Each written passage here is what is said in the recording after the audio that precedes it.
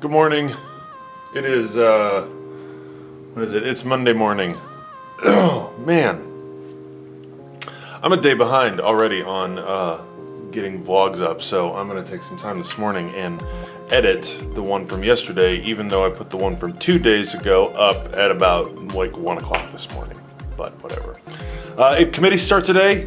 Exciting. I want to make sure and get through this edit real quick so I can get down and watch some committees. Particularly, I'm interested this year in the Way Forward Committee. I'm interested in, of course, the Mid-Council Committee, since I work for a Mid-Council. Tonight, I'm going to the open hearing in Committee 6 to talk about, to encourage a revision of the rules of discipline. And it's the Covenant Network lunch this afternoon.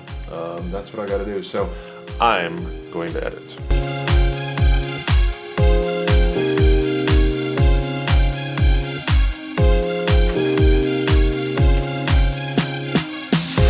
Okay, video is done, video has been exported, video is uploading. The Wi-Fi here at the hotel is not really that strong, so it may be this afternoon before it gets fully uploaded, and that's okay. That's okay. I mean, that's, you know, it's not like I work for a national news organization or anything, but hey, those of you who are watching and have expressed, you know, thanks for it, I appreciate that. It's really a lot of fun to do. I'm happy to do it. I'm excited for you to see what we see. I hope that you're getting some of the excitement about what's going on here at General Assembly. It's a blast. I wish you could be here. I hope that this helps you feel like you're here at least a little bit. So thanks for watching. Thanks for sharing it. Really do appreciate it.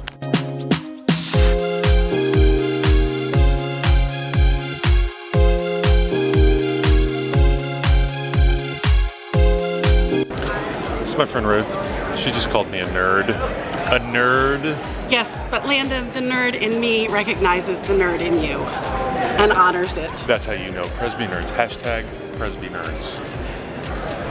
All right, I just checked in on Committee 5, which is the Mid-Council Commission, or Mid-Council Committee. Right now, they're just dealing with the report of the Korean Task Force.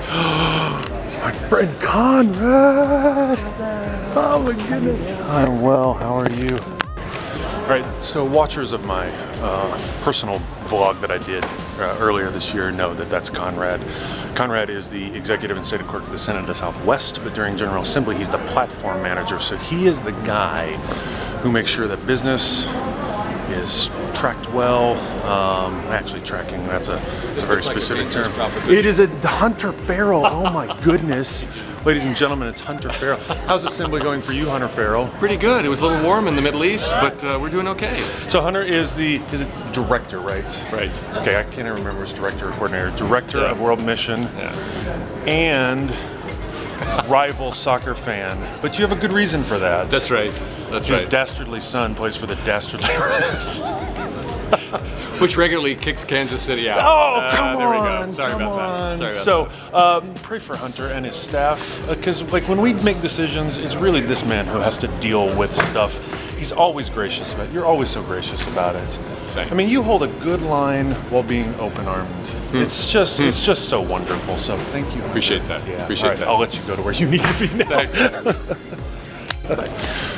This is my friend Andrew. All right, visiting from Cookeville, Tennessee, ruling elder. Right, not just an elder. Ruling elder. Presbyterian Voices for Justice. Yes. I heard on John Stanger's Twitter that even though it's not reformed, that we would start calling the co-moderators queens, as in hashtag yes queens. And so I figure if there's going to be a queen, there needs to be a king. And so I hereby declare by all the power vested in me by nobody that the king of Presbyterian Twitter at hashtag Jesus Christ is Lord of the hashtag GA222. Ladies and gentlemen, the king of Presbyterian Twitter, hashtag Landon Whitsitt. Hashtag self-indulgent by putting it on the vlog. Is that a good hashtag? Okay, so I showed up to committees just late because I'm a slug. No, I was editing video. I'm already a day behind on editing video, Marcy. You're a busy man. I'm not that busy. I was telling people, even though I did no sleep till Portland, no sleep in Portland, all I've been doing is going to lunches and receptions and then sleeping. That feels like all I've been doing. Lots of sleep in Portland. We're changing the hashtag. Seriously, lots of sleep in Portland. So, But Marcy was in a committee. You were in committee which? 11, social justice. Social justice. What happened today in social justice? It's like a news segment. Today in social Today in justice. social justice.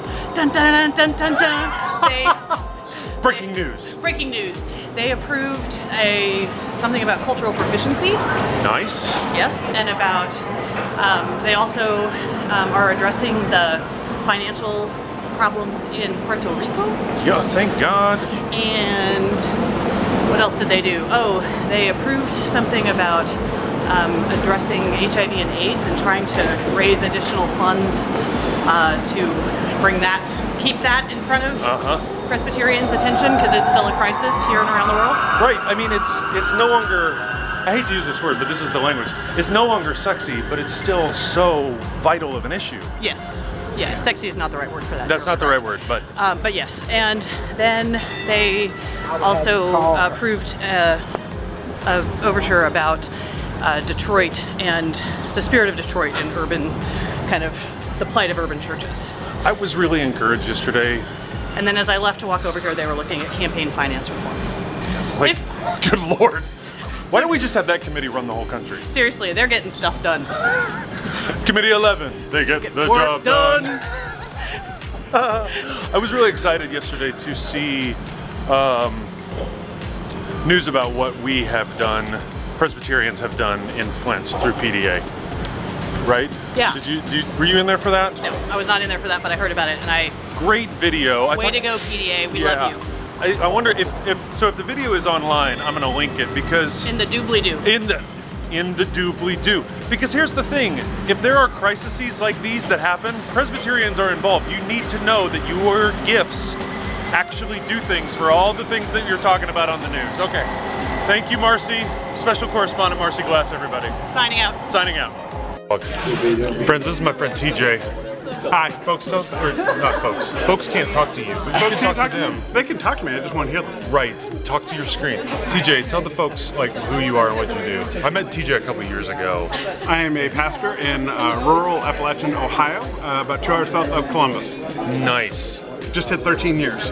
Really? Really. Wow. Yes. What are things that you like to do in the world? Things I like to do in the world usually are nerdy things related to computers. I run my own website and I do some tech writing for a website called Mac Stories. Nice. Yeah. Very nice. Yo, you're a fanboy, are you? I am. Android.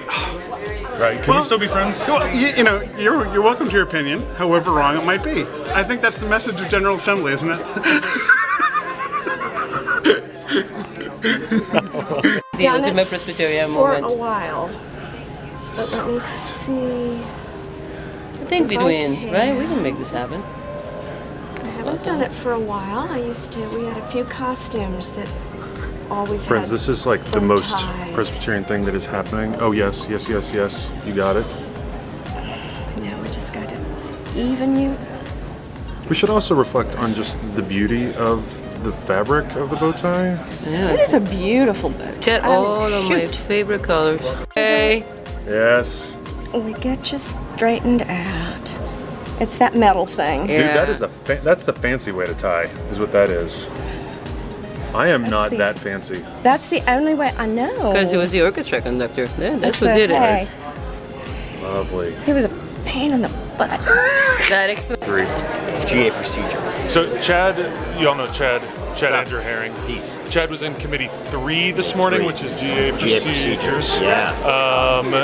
What can you give me a snippet of what happened in GA procedures this morning? Sure. They nominated someone to be an associate stated clerk.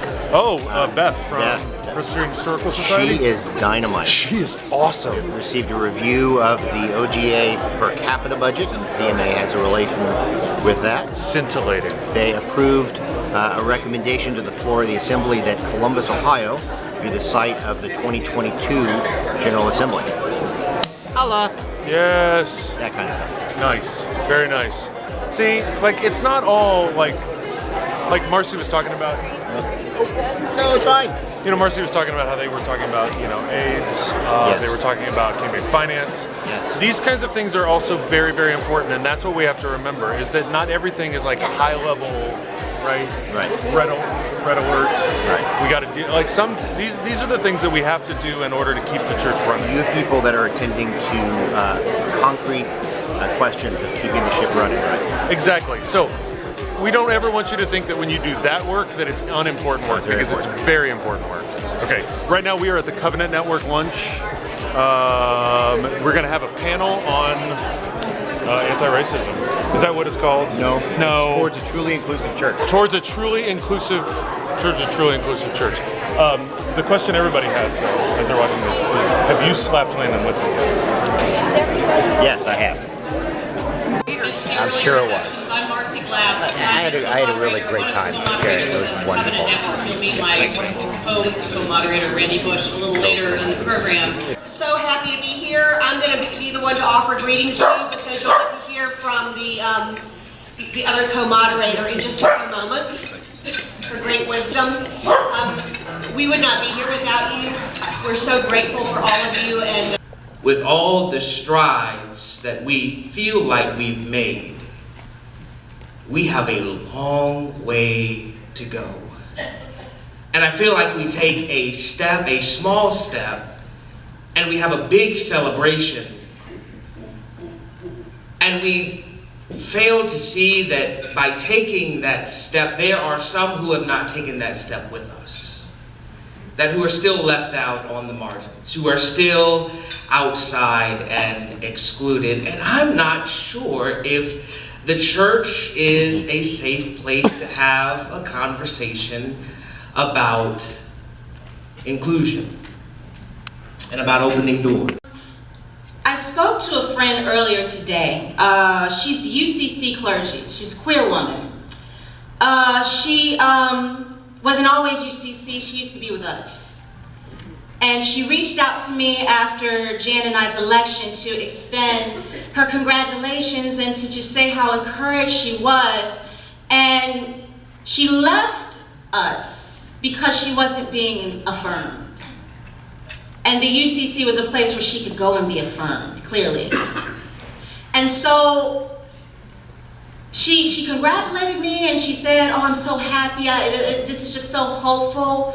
And I've been looking at what's going on in GA and things seem to be changing so much.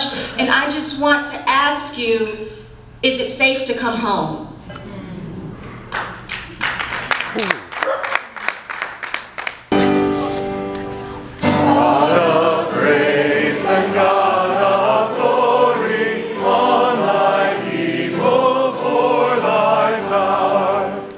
We are leaving the Covenant Network lunch now to go back to committee meetings. That was... Listen, I'm a hyperbolic person anyway. I mean, I just am. I think things are amazing. I think they're wonderful. I think they're depressing. I use hyperbole a lot, but that truly was a remarkable panel. And the way that Denise and Gerard and Bruce and Jessica spoke very frankly to us. I can't remember the last time I heard words about inclusion that distilled and that cogently spoken.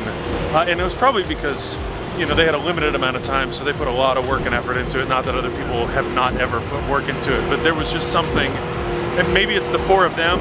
I have a great deal of admiration for the four of them anyway, so maybe I was hearing it that way, but it was truly remarkable. It was one of the best things I've heard on intersectionality and inclusion that it was remarkable. Thank you, Covenant Network, for that. So, friends, what you're seeing right here is confirmation, and the reason we did confirmation is because 2 years ago at General Assembly we were doing our new members videos, and people kept saying, you need to make confirmation. Guess what we've been hearing now? Make VBS. VBS coming in like 20 years because we got so many other things to make, but we're gonna do it.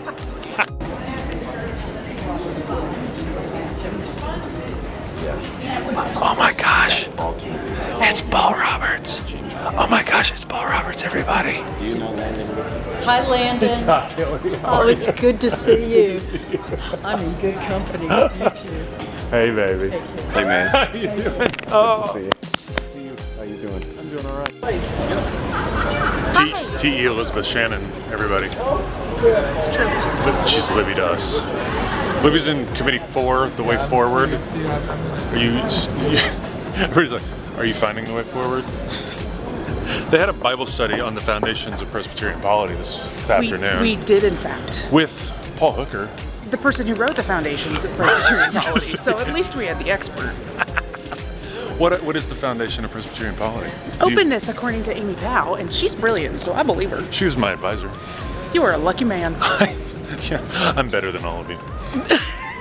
All right, so it has been kind of a, I don't know, not a terribly exciting business day. This is Lee. You may have seen Lee in the Slap Landon Whitsitt photo series. Yeah. Lee works for the Presbyterian Foundation, specifically the Theological Education Fund. Yes. Yes. Right. And there's Jack. Woo! Can I slap you about it? Exactly. So Lee, when you do the work at the foundation, Yes. you and the Theological Education Fund, distill that for the tens of viewers. What is that? So, it's the best investment I know in the future mission of Christ Church is to invest in theological education, because the dollars you give will pay for decades to come. When we have 85% of the currently active teaching elders, Landon, they're baby boomers. That's not you. That's not me, actually. Yeah, right. Quite. We're Gen Xers. They're gonna retire, and they're gonna not be able to serve. 85% in the next 5 to 15 years. We're planning for the future mission of Christ Church and investing in it. Through the Theological Education Fund, support our Presbyterian seminaries. Yes, this is like, if you want good pastors to be taken care of, exactly. This is what you do. You make sure that they get good quality theological education. Exactly. Yeah, because I don't want to be a part of the church that has somebody who has not been formed and cared for and loved and in community. Right. You know, with. I came from one of those churches. Yeah. You don't want to go there. I don't want to go back to those churches. Those are not fun. Exactly. Not fun. Okay, links to the TEF stuff down in the doobly-doo. Give Presbyterians to this. There's a lot of great things to give to. This is one of them. Okay, so give to that. Okay, so I was just at a reception hosted by Next Church. Those are friends of mine, so many people involved there.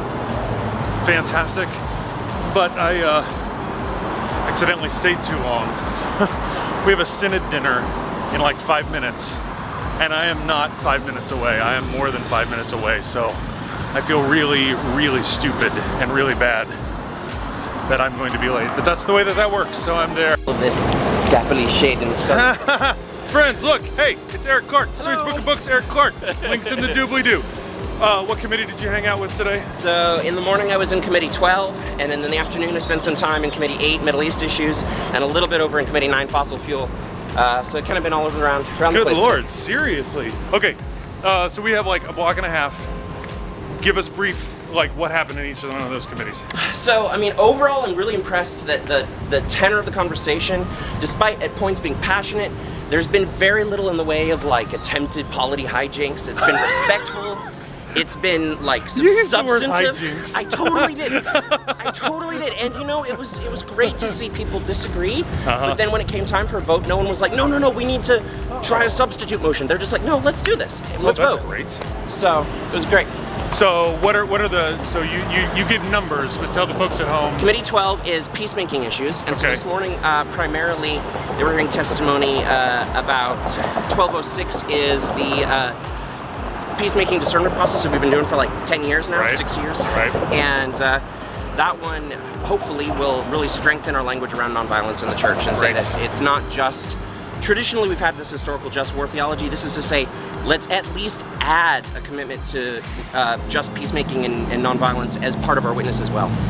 Nice. And then in 08, of course, it's Middle East issues, so most people are probably at least aware of some of the Israel-Palestine stuff. I think that is, as human sexuality has been in the past, that's the one this year. Yeah, I really think, I mean, fossil fuel's going to draw a lot of the attention. Right. But I think when you actually get right down, like at the heart level, where do people divide? Because everyone on fossil fuels agrees. Yeah. It's serious, it's massive, we have to do something. It's really just a procedure question. Like, what should we do? Right. But on Israel-Palestine, there's deep and abiding disagreement, which is challenging. And it cuts across lines that are not traditional lines. Like, people become allies when they have never been allies before. That's what's weird about it. As a very clear example, I had a wonderful encounter yesterday with Susan Andrews, who's a former moderator of our church. Right. And she's incredibly supportive of the fossil fuel divestment, and she has been a rock and very supportive for us in that. And she's on the other side of the aisle for me on the Israel-Palestine issues, and still respectfully, but I mean, but substantively, like we disagree. Yeah. And that's a case where like we're really learning. Hey, what does it mean to sort of disagree with someone who normally you would identify as this person is on? We're on team. We're on Team Blue, right? Right. Oh. All right. So we have showed up at the Synod dinner. Like Eric gets to come, right? Because the Academy Eric, right? The Academy Eric. So strange books. Strange books. So let's go see if. Let's go see how Lynn is feeling about the fact that we are late. Okay, so Synod dinner. I was not too late. Lynn did it well.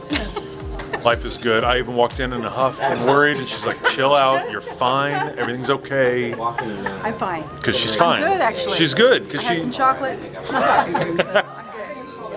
I got food I could eat last night. Hashtag get Lynn chocolate. That's right. So friends, this is Carol Devon. She is one of the co-chairs. Are you co-chairs or? Co-chair. Co-chairs, Co-chair. good. With Cedric. With Good. Cedric Portis. Of the 2018 Committee on Local Arrangements for the General Assembly that will be happening in St. Louis. In St. Louis, come. We want all of you to come. I think St. Louis is going to be a fantastic city for Yeah. the General Assembly. We hope to have, maybe there's a way we can build into our blues, jazz, you know what I mean? Right. Our culture of the I've city. been on Cola for this. Maybe we should ask Nellie a piece of it. She just recommended Nellie. Here's the problem with meeting in St. Louis. You have the wrong baseball team, the wrong Missouri baseball team. I beg to differ. I beg to differ. So here's the Synod of Mid-America, all the folk. Did you make the decisions for us? Really, you get talked to a lot at General Assembly and it gets really irritating. So one of the things that we like to do is just provide a meal, a place where they can just chill. There's not a presentation, there's not any of that kind of stuff. They seem to like it. They come, and Lynn does a good job of picking the menu, so things are good. Yeah, more committee meetings tonight. Tonight I'm actually going to go to an open hearing and I'm going to speak on behalf of revising the rules of discipline. So I've never done an open hearing before. I've never done that, so I'm pretty excited about getting from there. So all right.